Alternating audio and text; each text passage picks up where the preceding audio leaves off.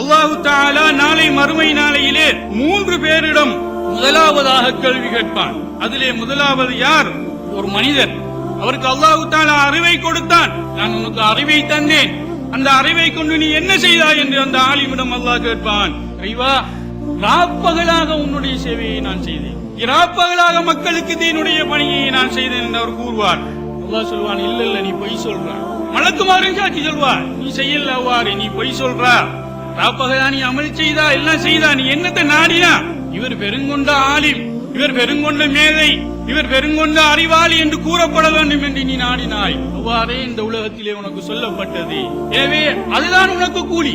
இரண்டாவது நபர் யார்? ஒருவர் அல்லாஹு தஆலா அவருக்கு சொத்துக்களை கொடுத்திருந்தான். அவர் அல்லாஹு தஆலா அவரிடம் கேட்டான், அந்த சொத்துக்களை கொண்டு நீ என்ன செய்தாய்? அதுக்கு அவர் சொல்வார், இறைவா, இராப்பகலாக அதை உன்னுடைய பாதையிலே நான் என்ன செய்தேன்? செலவு செய்தேன். அல்லாஹு தஆலாவும் மலக்குகளும் கூறுவார்கள், நீ அவ்வாறு செய்யவில்லை, நீ பொய் சொல்கின்றாய். இவர் ஒரு பெருங்கொண்ட செல்வந்தன் என்று சொல்லப்பட வேண்டும் என்றுதான் நீ உன்னுடைய கொடையை கொடுத்தாய். அவ்வாறே நீ சொல்லப்பட்டாய். இதுடன் உன்னுடைய கூலி முடிந்து விட்டது என்று அல்லாஹு தஆலா சொல்லிவிடுவான். மூன்றாவது நபர் யார்? அல்லாஹ்வுடைய பாதையிலே ஜிஹாத் செய்தவர்.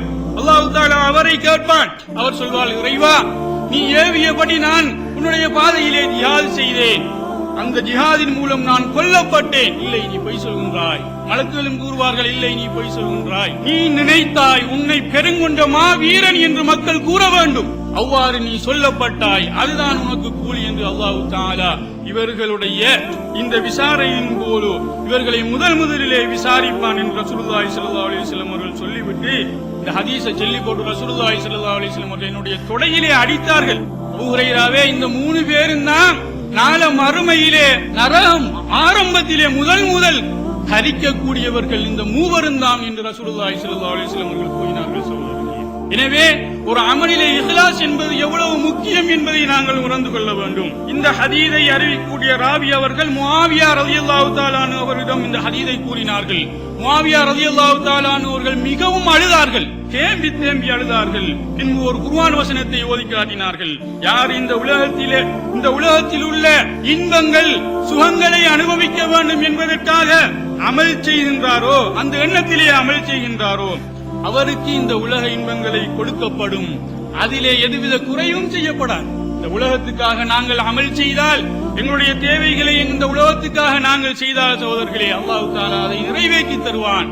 மறுமையிலே எந்த கூலியும் கிடைக்காது. இன்னும் ஒரு வசனத்திலே அல்லாஹ் தஆலா கூறி காட்டுகின்றான், யார் ஒருவர் இந்த உலகத்திலே ஒரு அமல் செய்கின்றார், அவர் அந்த அமலை கொண்டு ஆகிரத்துடைய பயனை நாடுகின்றார் என்று சொன்னால், நாங்கள் அந்த ஆகிரத்துடைய பயனை அவருக்கு அதிகரிப்போம்.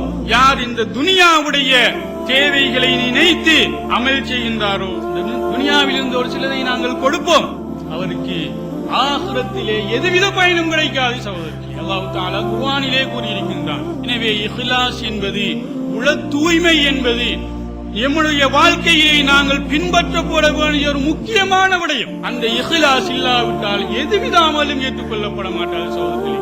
நீங்கள் நினைத்துக் கொள்ளக்கூடாது இஹ்லாஸ் என்று சொன்னால் அது தொழுகையிலே தான் இருக்க வேண்டும், நோன்பிலே தான் இருக்க வேண்டும், ஹஜ்ஜிலே தான் இருக்க வேண்டும் என்பது நிபந்தனை இல்லை சகோதரர்களே. நாங்கள் சாப்பிடக்கூடிய சாப்பாட்டிலும் நாங்கள் இஹ்லாசுடன் தான் சாப்பிட வேண்டும். நாங்கள் உறங்குகின்றோம் என்று சொன்னாலும் அதிலே இஹ்லாஸ் தூய்மை இருக்க வேண்டும்.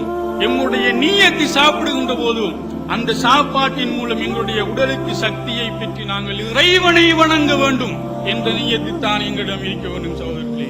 ஒருவர் உறங்குகின்றார் என்று சொன்னால் நாங்கள் இறைவனை இபாதத்தை செய்வதற்காக எங்களுடைய உடலை ஆரோக்கியமாக ஆக்குகின்றோம் என்ற நோக்கத்திலே நாங்கள் அந்த உறக்கத்தை ஆக்குகின்ற போது அது அமலாக மாறிவிடும்.